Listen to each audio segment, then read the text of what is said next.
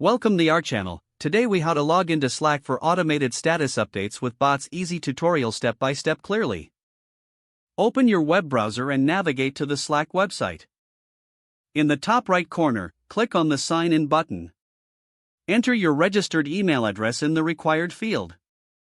Click the Continue button. Check your email for a message from Slack. Open the email and click on the Sign In link provided. You will be redirected to the Slack workspace. If prompted, enter your password to access your account. Once logged in, navigate to the left sidebar and click on your workspace name.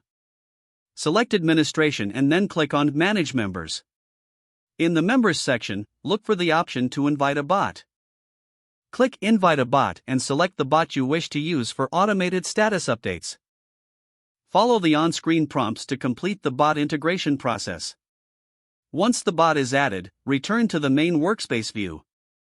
Now, click on your profile picture in the top right corner. Select Set Status from the drop-down menu. Choose the status you want to automate. Look for the bot command that will allow you to set automated status updates.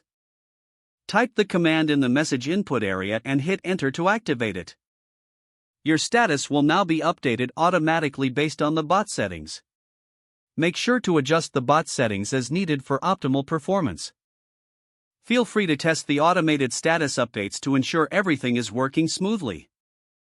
If the page does not load, refresh the browser or try again in a private or incognito window. Make sure you are using the correct email address, then retype it carefully to avoid small typos. If your password is not accepted, use the reset option and create a new strong password you can remember. Check your spam folder for verification or security emails, then complete any requested confirmation steps. Enable two-factor authentication if available to improve account security and reduce unauthorized access risk. After signing in, review your profile details so your contact information and settings are accurate and current. If you see an error message, note it down and try again after restarting your device and internet connection.